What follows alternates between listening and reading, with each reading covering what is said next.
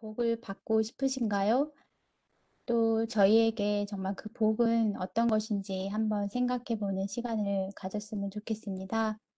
제가 한 4년 전에 중국에 잠깐 있었었는데, 중국에 있을 때 중국 사람들을 보니까 이렇게 새해가 되면 빨간 종이에다가 복자라는, 그 복복자라는 글씨를 써서 이렇게 벽에도 붙여놓고 또 특별히 이렇게 문설주, 문 옆에 문틀에다가 붙여놓는 것을 보았습니다. 그래서 빨간색 종이를 복이라는 글씨를 써서 특별히 그 문설주에다가 붙여놓는 그 모습이 되게 낯설지가 않고 왠지 성경에 있는 말씀이 생각이 났습니다. 꼭 마치 6월절 어린 양을 잡아서 출애굽하기 전에 그 문설주에 양의 피를 발랐던 것처럼 아, 이 빨간색 종이를 그렇게 붙이는 건가라는 생각이 들었습니다. 그리고 그 글자를 보면서 정말 중국 글씨는 상형 문자인데 여기에 혹시 복음이 어떻게 숨겨져 있을까? 우리가 생각하는 그런 세상적인 복이 아닌 하늘의 복이라는 의미가 이 글자에 심겨져 있지 않을까라는 생각을 하면서 제 나름대로 이렇게 한번 보았는데 그 글씨를 보니까 거기 신을 뜻하는 그 글자랑 그다음에 날일자랑 입구자랑 닫전자가 합쳐진 것이 이 복복자이더라고요. 그래서 그걸 보면서 입구자는 보통 사람을 뜻하는데 정말 하나님과 신 대신 하나님과 사람이 하나가 되어서 정말 에덴 동산인 그 밭에서 에덴 동산에서 정말 함께 사는 그 모습이 정말 하나님이 주시고자 하는 그 복이구나라는 생각이 들었습니다. 아, 비록 중국 사람들은 그런 뜻을 모르고 있지만 정말 하나님이 우리에게 주시고자 하시는 그 복, 정말 우리를 완전하게 행복하게 창조해 주시고 그날을 복되게 하시기 위해서 정말 안식일에 우리를 만나 주시고 그 안에서 하나님만이 주실 수 있는 그 영원한 생명과 기쁨과 지혜를 주시면서 하나가 되어 있는 그런 상태, 정말 그런 복을 정말 받고 싶다라는 생각을 한 적이 있습니다. 그리고 제가 중국에 있을 때에 중국은 그 중국 사람들과 외국인이 함께 예배를 드리거나 종교에 대해서 이야기하는 것은 불법이기 때문에 저희가 그곳에 있을 때는 중국 고등학생들을 가리키는 그런 교육기관에 있어서 그게 불법이었습니다. 그래서 겉으로는 학교라는 간판을 내지 못하고 농장이라고 하는 표말을 가지고 이렇게 비밀리에 학생을 가르쳤었는데 그래서 저희 캠퍼스는 항상 이렇게 잠겨져 있었습니다. 그래서 바깥에 교류가 없이 그 캠퍼스 농장 안에서만 살았어야 됐는데 제가 선생님이 아니라 저희 남편이 영어를 가르치는 선생님이었기 때문에 저는 이제 아이들과 이렇게 낮에 그 농장을 한 바퀴, 두 바퀴씩 돌면서 거기에 있는 그런 풀들이나 꽃들이나 나무들 보면서 분명히 하나님의 사랑이 천연계에도 기록되었다고 하셨는데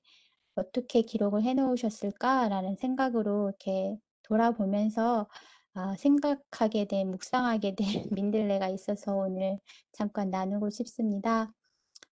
그 밑에 보여진 민들레는 정말 겨울 동안 내내는 정말 새까맣게 죽은 듯하게 보이는 얼어붙은 그렇게 살아있지 않은 것처럼 보이는데 언젠가 봄이 되면은 죽은 것처럼 보이던 잎에서 정말 파랗게 초록색으로 새 잎이 돋아나고 또 그 안에서 꽃대가 그 줄기는 없거든요. 민들레는. 근데 꽃대가 이렇게 높이 솟아나면서 꽃이 피는 모습을 보았습니다. 그걸 보면서 정말 봄의 그 따스한 햇빛, 그 햇빛이 정말 우리 마음에 비춰주는 하나님의 빛, 생명의 빛, 그 자체구나, 하나님의 법이구나라는 생각이 들면서 겨울 내에도 정말 환하게 비춰주는 진리 대신 빛이 있었지만 우리 마음을 따스하게 하는 그 따스함이 없을 때는 정말 생명의 싹을 틔우지 못하는데 하나님의 공의와 자비가 연합될 때에 그리고 우리가 지식적인 진리가 있지만 성령님의 정말 감동하심으로 우리 마음을 따뜻하게 감동해 주실 때에 우리 마음속에서도 하나님이 주시고자 하는 그 생명이 이렇게 싹 트는 거구나라는 생각을 하게 되었습니다. 근데 이 민들레가 한 가지 신기한 게 그렇게 꽃이 피우면 이렇게 높이 우뚝 솟아 있다가 그 벌들이나 나비가 와서 수정을 시켜주고 나면 꽃잎이 다 떨어지고 나면 그 꽃대가 점점 내려가서 땅바닥까지 이렇게 달라붙게 내려가는 것이었습니다. 그리고 나서 수정되었던 씨앗이 완전히 성숙이 돼서 연그러지면 그 씨가 다시 높이 그 키는 꽃보다도 더 크게 자라나서 우리가 보면 지나갈 때 보면은 그 민들레 꽃씨를 보면 꺾어서 후 불고 싶은 마음이 생기잖아요. 그렇게 씨가 준비되는 과정을 보면서 여기에는 또 어떻게 구원의 도가 있을까라는 생각을 해본 적이 있습니다. 우리가 꽃을 보통 보면은 꽃잎이 정말 아름답고 향기도 좋고 좋잖아요.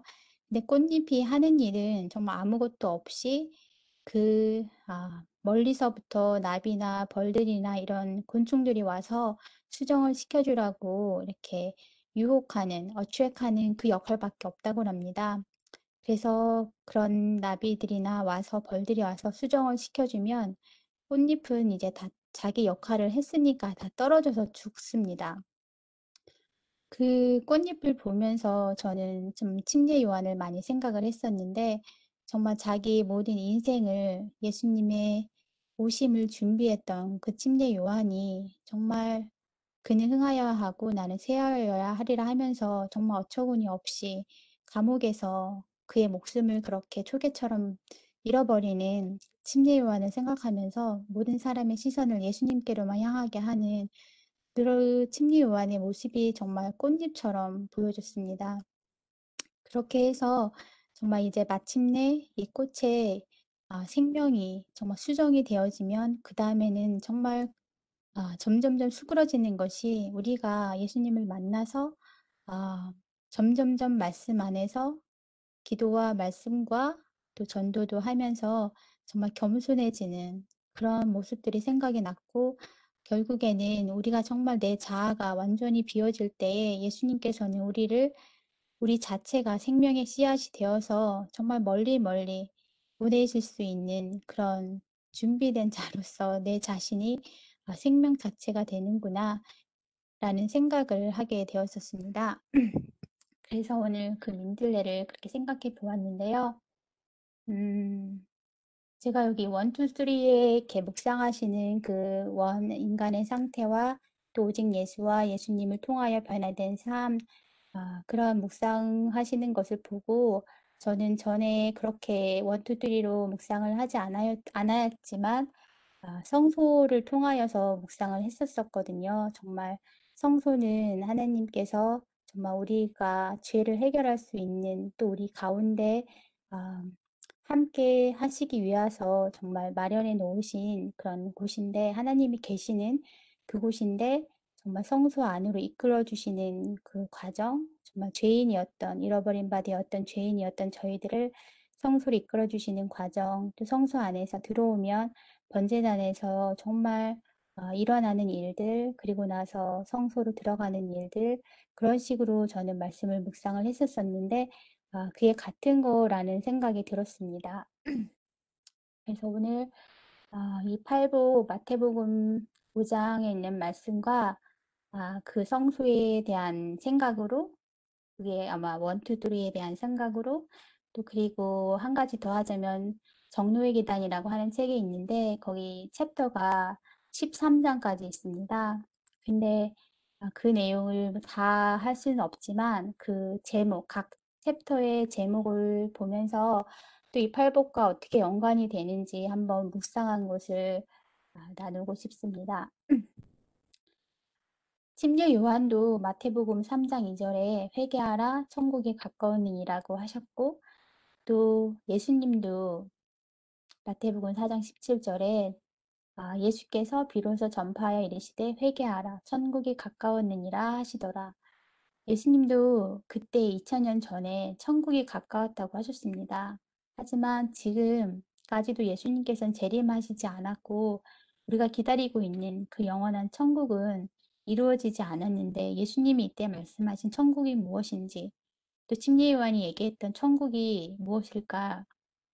이 천국은 바로 예수님이시고 또 우리 마음속에 이루어지는 그 은혜의 천국에 대해서 말씀하셨던 것입니다.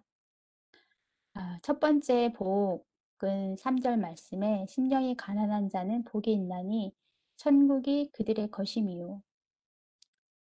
이 심령이 가난한 자에게 복이 있대요. 이때 예수님이 이 말씀하실 때에 그 주위에 있던 사람들은 그 당시에 보통 서기관들과 바리새인들이 하나님의 저주를 받은 사람들로 선포했던 그런 부류의 사람들이었는데 하나님께서는 그런 자들에게 복이 있다고 천국의 그들의 것이라고 말씀을 하시는 것이었어요. 이것은 정말 그 당시에 센세이션을 일으켰던 그런 말씀이었던 것 같습니다.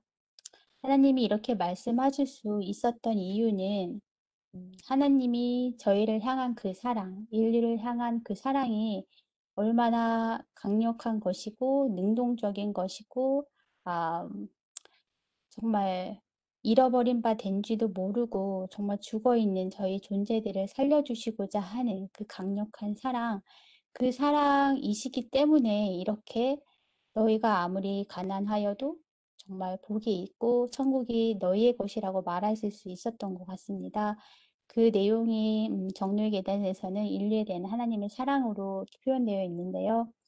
제가 얼마 전에 그 나인성 과부 이야기를 이렇게 잠깐 묵상을 하면서 되게 특이한 점을 발견한 게 그 나인성 과부의 아들이 죽었을 때에 그 어떤 사람도 예수님께 와서 살려달라고 도와달라고 한 표현이 기록되어 있지 않더라고요. 예언의 신에도 성경 말씀에도 그런 표현이 없었는데 예수님이 지나가시다가 정말 너무 불쌍하여서 그를 살려주시는 그 모습을 보면서 그런데 그 나인성 과부의 아들을 살려주신 것이 죽은 자를 살리신 기적 중에는 제일 첫 번째 기적이라고 합니다.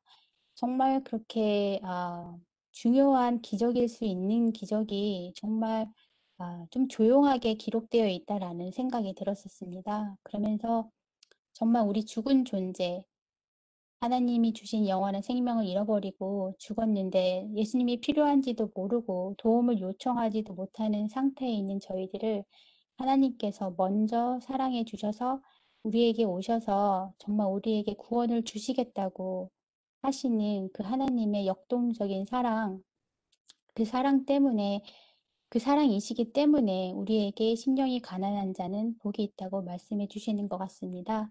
이때 말하는 이 천국은 정말 우리가 기다리고 있는 예수님 재림 후의 그 천국이 아니라 예수님이 우리 마음속에 오시면 이루어지는 그 은혜의 천국을 말씀하시는 것입니다. 아까 사모님이 기도하시면서도 정말 아침이 되고 이 빛 이야기를 하셨는데 정말 예수님이 비춰주시는 그 빛은 정말 그 사랑의 빛은 신기한 것 같습니다. 고린도후서 4장 6절에도 어두운 데에 빛이 빛이라 말씀하셨던 그 하나님께서 예수 그리스도의 얼굴에 있는 하나님의 영광을 아는 빛을 우리 마음에 비추셨느니라.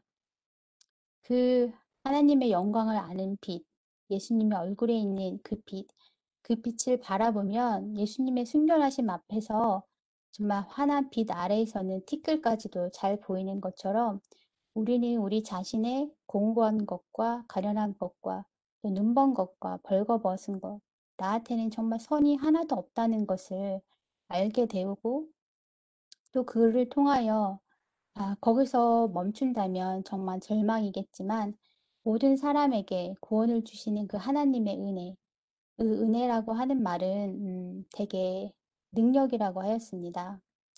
그 능력에 통하여 우리를 정말 자석처럼 이끌어 주시는 그 하나님의 사랑, 그 사랑을 통해서 하나님께서는 수고하고 무거운 짐진 자들아 다 내게로 오라고 우리를 초청하여 주시면서 대신 너희가 가지고 있는 그 가난함, 그 궁핍함을 내가 나의 부요함과 나의 은혜로 바꿔줄게 라고 하시면서 저희들을 초청해 주십니다. 그래서 우리의 과거의 경험이 어떠했든지 간에 또 우리의 현재 상황이 아무리 절망적이라 하더라도 그대로 예수님께 가면 예수님이 두 팔 벌리시고 우리를 의의 두루마기로 입혀주시면서 하나님 아버지께 내가 대신 저 죄인의 자리에 앉았으니까 자기 고집대로 하는 이 자녀 보지 마시고 나를 보아달라고 하시면서 아버지께 간절히 호소해 주시는 그러한 예수님. 그런 예수님을 우리가 점점 바라보고 또 알아가고 하게 되면 그것 자체가 우리의 마음을 사로잡아서 결국에는 우리가 예수님과 함께 예수님을 순종할 수 있도록 해주시겠다고 하시는 그 내용이 정말 복음인 것 같습니다. 그래서 정말 또 정lu계다 2장에서는 죄인은 그리스도가 필요함. 그래서 첫 번째 복에서는 그래서 제가 이 1장과 2장에 표현된 말씀들이 이 신령이 가난한 자들이구나라는 생각을 하게 되었습니다. 그리고 또 그것을 이끄심의 과정이라고 생각을 해봤습니다. 정말 성소 바깥에서 자기의 죄를 정말 알고 그 죄를 해결하고 싶은 그 성령님의 이끄심에 따라 양을 데리고 성소 문으로 들어와서 정말 번제단에 가는 그런 과정. 그 과정이 정말 심령이 가난한 자, 그들에게는 하나님이 예수님이 천국 대신 예수님이 우리 마음에 임하시는 예수님인 모습이라고 생각을 했습니다. 그렇게 심령이 가난하게 되면 이번에는 두 번째 복인 애통하는 자는 복이 있나니 그들이 위로를 받을 것이니요 라고 하는 복을 받게 되는데요. 그것을 저는 정로의계단 3장인과 4장, 그 회개장과 자복장, 그리고 어쩌면 헌신장까지 이어지는 그런 장들로 보았습니다.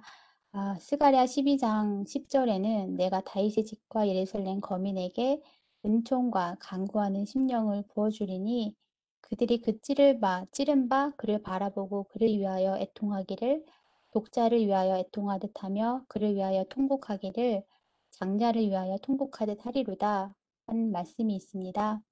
정말 이 애통은 우리가 그냥 일반 이 세상에서 살아가면서 느껴지는 그런 애통 때문에 예수님이 필요해서 가게 되지만 결국에는 십자가 앞에 가면은 정말 죄된 형편을 깨닫게 되고 그 죄를 다 가져가신 그 예수님의 사랑, 그 예수님이 십자가에 달린 것이 결국에는 세상 죄가 예수님을 돌아가시게 하였지만 나의 죄가 예수님을 찌른 그 사람이 나라는 것을 정말 강력하게 인식하게 되고 성령님이 알려주심으로 인해서 정말 나를 위해 슬퍼하는 것이 아니라 그 예수님을 위해 애통하는 그 예수님을 위해 통곡하는 정말 죄가 싫다, 밉다, 그 죄를 버리고 싶다라는 마음이 들도록 하여 주시는 그런 회개와 자복을 일으켜 주시는 하나님의 은혜라고 생각이 들었습니다.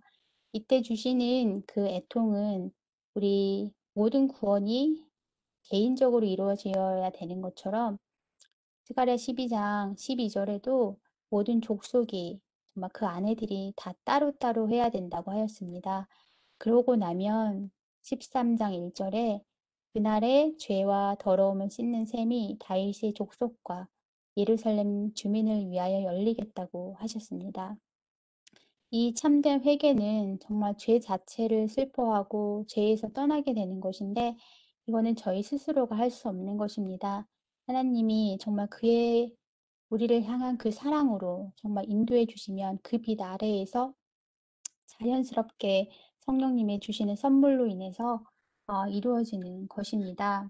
그러고 나면 자백이 정말 일어나는데 저는 자백장을 전에는 그냥 잘못한 거 말하는 거구나라는 것을 생각했었는데 예수님께서는 정말 죄인은 죽음을 넘어서까지도 사랑하시만 죄 자체는 정말 죽음처럼 미워하시고 싫어하시는 분이십니다. 그래서 우리가 죄를 가지고 있으면 우리를 사랑하시지만 죄 때문에 우리가 살 수 없기 때문에 이 자백이라는 것은 하나님께서 성령님께서 정말 무엇이 죄 있는지 뭐가 잘못되어 있는 건지 우리를 정말 하나하나 가르쳐 주시고 우리가 그걸 미워하게 될 때에 그걸 고백함으로 인해서 죄를 하나님께 드리고 하나님은 그 죄를 정말 해결해 주시는, 가져가 주시는 그래서 우리가 더 이상 그 죄 때문에 고통당하지 않도록 사망을 당하지 않도록 하여 주시는 그런 것이 자백이라는 생각이 들었습니다. 그리고 또 헌신이라고 하는 것은 내가 뭐 무슨 물질을 하나님께 드리든 아니면 무슨 봉사를 하던 하나님을 위해 사업을 하는 그것이 헌신이라고 기록되어 있지 아니하고 정말 우리가 모든 것을 하나님께 하나님과 우리 사이를 가로막고 있는 모든 것은 다 드려야 되는데 아, 그것이 바로 죄로 더러워진 마음이라고 하였습니다. 정말 죄로 더러워진 것, 나쁜 거, 그런 것들을 달라고 하시는 그 하나님께 정말 우리가 한번 그런 경험을 하였어도 또다시 또 쓰러질 것 같고 또다시 죄가 보여질 때마다 좌절되고 할 때마다 그럴 때마다 예수님께서 나는 그 모든 것 가져가는 것이 나에게 가장 큰 기쁨이니까 걱정하지 말고 나한테 또 달라고 하시는 그 하나님의 사랑 그러한 것들이 성수에 들어가면 정말 번제단에서 또 그리고 물두멍에서 정말 우리가 마음이 새롭게 창조되고 하나님의 영으로 새롭게 하여 주시는 그러한 경험들이 일어나는 것을 어, 묵상하게 되었습니다. 제가 며칠 전에는 그런 생각을 했습니다. 하나님께 다 드린다는 것을 제가 남편한테도 아이들한테도 얘기를 했었는데 이제부터 우리가 가지고 있는 것 중에 내가 제일 좋아하는 것을 하나님한테 드린다고 생각을 하면 좋겠다고, 내가 눈에 보는 거, 내가 보기 제일 좋아하는 거를 하나님께 드리고, 또 내가 듣기 좋아하는 거, 듣는 것 중에 제일 좋아하는 거는 다 하나님께 드리고, 내 입맛에 제일 좋은 것도 하나님한테 드리고, 내가 생각하기 제일 좋아하는 것도 예수님께 드리고, 하기 제일 좋아하는 것도 예수님께 드리면 그게 헌신이겠구나. 비록 그것이 죄된 것일 수도 있고, 그것이 선한 것일 수도 있지만, 내가 선한 것을, 정말 예수님 닮은 것을 최고로 좋아하는 그것을 예수님께 드리면, 예수님께서는 정말 기쁘게 받으시고, 또 우리에게 더 좋은 것으로, 더 선한 것으로 돌려주실 것이고, 만약에 내가 아직 그것을 버리지 못하고 있는 죄된 것이라 하더라도, 나 또 죄졌어. 이를 어떻게 하면 좋을까? 정말 나는 구제불능이야. 이런 생각을 하는 것보다, 하나님 지금은 내가 아직은 이것을 버리지 못하고 있는데, 이게 지금 저한테는 제일 좋은 것이고 소중한 것입니다. 그런데 이 제일 좋은 것을 주님께 드리고 싶습니다. 하고 드린다면 주님께서는 그것 또한 정말 기뻐 받으시고 우리에게 필요 없는 거, 우리를 행복하게 해주지 않을 것들, 그거는 취하여 주시고 대신에 우리를 기쁘고 행복하게 건강하게 해줄 최고의 것으로 이제 돌려주실 것이라는 그런 생각이 들었습니다.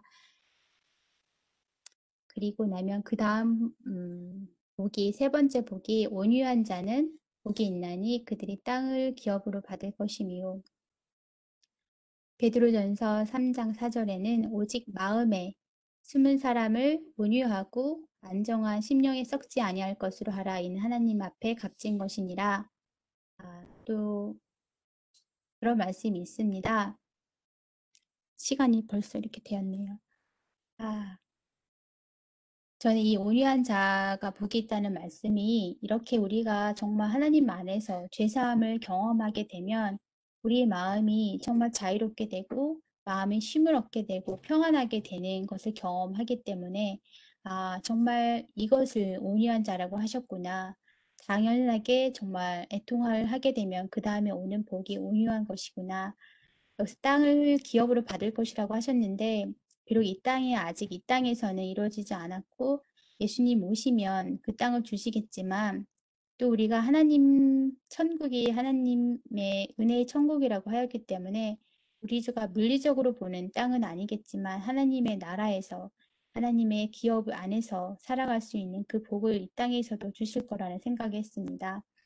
그리고 이 온유는 정말 믿음을 통하여 내가 지금 눈에 보이지 않는다 하더라도 하나님이 나를 그렇게 사랑하시고 시작하신 그 일을 끝까지 이루실 것이라고 하는 그 믿음을 통하여 정말 되었다라고 믿을 때에 정말 현실이 되는 것이기 때문에 정말 이 믿음으로 살아가는 것이 정말 온유한 자라는 생각을 했습니다.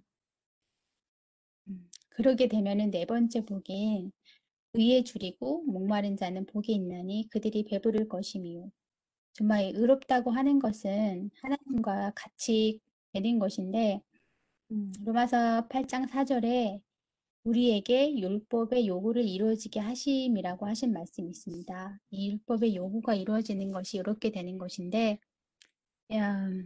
아담과 하와가 정말 무화과 나무의 옷을 입고 있을 때 그것을 벗겨주시고 가죽 옷을 입혀주신 것과 같은 것이고 정말 이렇게 하나님이 입혀주시는 의를 경험하게 되면 정말 죄의 용서함과 그 기쁨을 정말 맛보아 알게 되면 정말 그다음부터 원하는 것은 이 의를 계속해서 가지는 것, 계속해서 절대 놓치지 않는 거, 잃어버리지 않는 거. 그래서 어떻게 하면 예수님께만 순종하며 예수님이 원하시는 것을 하며 살 수 있을까라는 갈망이 자연스럽게 나오는 것 같습니다. 그것을 정누의 계단에서는 7장과 8장으로 생각해 보았습니다. 제자되는 증거라는 챕터가 7장에 있는데 그때 정말 예수님 안에 있으면 새로운 피조물로 되는 것, 그 새로운 피조물에 대해서 나오면서 그 장을 전체적으로 이야기하는 것은 순종에 대해서 이야기하고 있습니다. 정말 하나님께 정말 순종하며 살아가야 되는데 그 순종이 정말 되어지는 것, 사랑으로 인해서 이루어지는 그 순종이 이루어지는 삶, 그리고 그렇게 태어났으면 이제는 아침마다 우리가 매일매일 하나님께 나의 계획과 나의 모든 일을 그분의 섭리에 맡겨서 정말 자라나는 그 일이 8장에 기록되어 있습니다. 그래서 이렇게 자라날 수 있는 그 한 가지 비결 하나는 정말 보라라고 되어 있거든요. 정말 예수님이 우리를 향한 그 사랑, 예수님이 위해 돌아가신 그 십자가의 사랑, 우리를 용서해 주시는 그분, 그런 예수님을 볼 때마다 또 그 빛 가운데서 나의 그런 더러운 것들이 하나하나 보여질 때마다 또다시 다시 십자가로 가서 예수님께 드리고 회개와 자복과 헌신과 믿음과 받으심과 이런 것들이 계속해서 반복해서 일어나면서 정말 내 자신을 잃어버리게 될 때 정말 우리는 예수님 안에서 자라나는 것이 된다고 하였습니다. 그 자라나는 과정이 그 다음에 있는 네 가지 복에서 생각을 해보았는데요. 다섯 번째가 긍휼히 여기는 자는 복이 있나니 그들이 긍휼히 여김을 받을 것이요. 본인이 정말 그렇게 하나님과 화목되었기 때문에 죄사함을 받았고 하나님이 주시는 생명으로 내 마음이 정말 가득 차게 되면 내가 하나님께 공짜로 받았기 때문에 남에게 공짜로 나눠줄 수 있는 그런 긍휼하게 여기는 마음이 생기는 것, 그런 마음이 정말 이 복을 받는 것이고, 그리고 그 다음 복은 마음이 청결한 자는 복이 있나니 그들이 하나님을 볼 것이며, 정말 말씀 안에서 하나님이 비춰주시는 빛에 따라 말씀과 기도로서 계속 예수님을 바라보게 되면 정말 내 마음에 있는 어떤 더러운 것도 계속해서 깨끗하게 해 주실 것이기 때문에 마음이 청결해지고 또 우리는 하나님을 이 땅에서도 바라볼 수가 있게 되는 것입니다. 그 다음에 있는 복이 화평하게 하는 자는 복이 있나니 그들이 하나님의 아들이라 일컬음을 받을 것이요. 하나님과 화목된 이 사람들은 정말 하나님만 주시는 그 참된 평안을 맛보아한 사람들은 다른 사람들에게도 이 화평을 누릴 수 있도록 전달해주는 정말 복음을 전하는 그러한 선교사가 되고 싶어진 갈망, 그런 일만 하고 싶어 하는 마음, 그 복을 주셔서 정말 하나님과 그들의 모든 관계를 화평케 하는 피스메이커가 되는 것이 같습니다. 산상보훈에는 그리스도를 따르는 자들은 평화의 기별을 가지고 세상으로 보내진다. 자신도 몰래 조용히 거룩한 생애에 가만을 끼치는 자는 누구나 그리스도의 사랑을 드러낼 것이다. 언행을 통해 다른 사람들에게 죄를 버리고 마음을 하나님께 바치게 하는 자는 누구나 화평케 하는 자이다. 이렇게 기록되어 있습니다. 그 내용이 이 세 가지 복에 대한 내용이 정로의 계단에서는 구장 사업과 생애, 그리고 하나님을 아는 지식, 또 기도의 특권, 이런 제가 새 챕터를 생각을 해보았는데요. 정말 사업과 생활, 하나님을 만나고 정말 이제 하나님을 전하고 싶은 마음만 가지면 그런 일만 하고 싶어지고 나의 인생에서 그런 갈망이 생기는데 음, 그 말씀이 마태복음 20장 28절에 있는 말씀, 인자가 온 것은 섬김을 받으려 함이 아니라 섬기려 하고 자기 목숨을 많은 사람의 대속물로 내어주려 함이니라 하고 하였습니다. 근데 이 삶은 정말 내가 그리스도의 고난에 참여할 때에만 가능하게 되는 것이 같습니다. 그리고 이러한 삶을 살 때에만이 내가 자라나는 또 유일한 방법 중에 하나가 이렇게 사는 것인데 우리가 그 하나님의 일을 할 때 때로는 일이 잘 열릴 때도 있고 때로는 어려움을 당할 때도 있는데 정말 그렇게 어려움을 당할 때마다 우리가 더욱더 하나님께 강구하게 되면서 우리의 믿음은 더욱더 강해지고 또 반대한 시련을 당할 때마다 하나님께 달려가서 기도를 하기 때문에 우리가 그걸 통하여 성장하게 하여 준다고 합니다. 그래서 이 하나님을 아는 지식, 그 다음에 또 하나님과 관계가 정말 더 깊어지게 하는 기도. 그 기도는 어떤 말씀이 있었냐면요. 우리가 하나님의 그 율법의 공의로움과 하나님이 우리를 향한 자비로우심이 얼마나 큰지 그것을 안다 하더라도 그것만으로는 넉넉지 않다고 하신 말씀이 있습니다.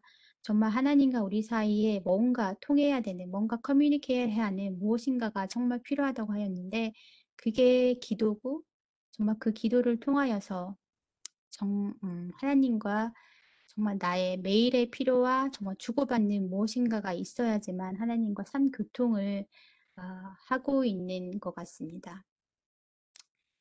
그리고 마지막에 있는 그 복이 여덟 번째 복이 의를 위하여 박해를 받는 자는 복이 있나니 천국이 그들의 것임이라.